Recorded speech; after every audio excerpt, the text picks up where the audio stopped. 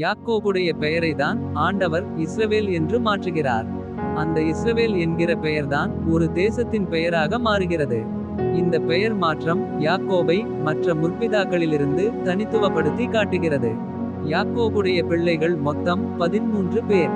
அதில் 12 ஆண்கள் 1 பெண். இந்த 12 ஆண்கள் மூலம்தான் இஸ்ரவேலிலே 12 கோத்திரங்கள் உருவாகின.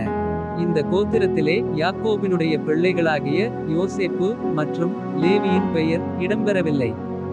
ஏனென்றால் யோசேப்புக்கு பதிலாக அவருடைய சுதந்திரம் யோசேப்பின் 2 மகன்களாகிய எப்ராயிம் மற்றும் மனாசேக்கு கொடுக்கப்பட்டது.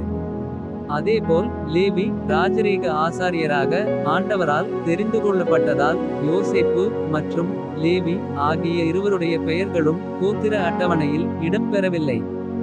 யாக்கோபுடைய 15வது வயதில்தான் அவருடைய தாத்தாவாகிய ஆபிரகாம் மரணம் அடைகிறார். யாக்கோபு தன்னுடைய 77வது வயதில் ஏசாவுக்கு பயந்து ஆரானை நோக்கி ஓடுகிறார். யாக்கோபு லாபானுடைய மகளை திருமணம் செய்து கொள்ளும் பொழுது அவருக்கு வயது 84. யாக்கோபு ஆரானாலிருந்து கானானுக்கு திரும்பி வரும்போது அவருடைய தந்தையாகிய ஈசாக்கு உயிரோடுதான் இருந்தார். அப்பொழுது ஈசாக்குக்கு வயது 157. யாக்கோபுடைய 90வது வயதில் அவருடைய மகனாகிய யோசேப்பு எகிப்திற்கு நாடுகடத்தப்படுகிறார். யாக்கோபு தன்னுடைய 130வது வயதில் குடும்பத்தோடு எகிப்திற்கு செல்கிறார். தன்னுடைய 147வது வயதில் மரணம் அடைகிறார்.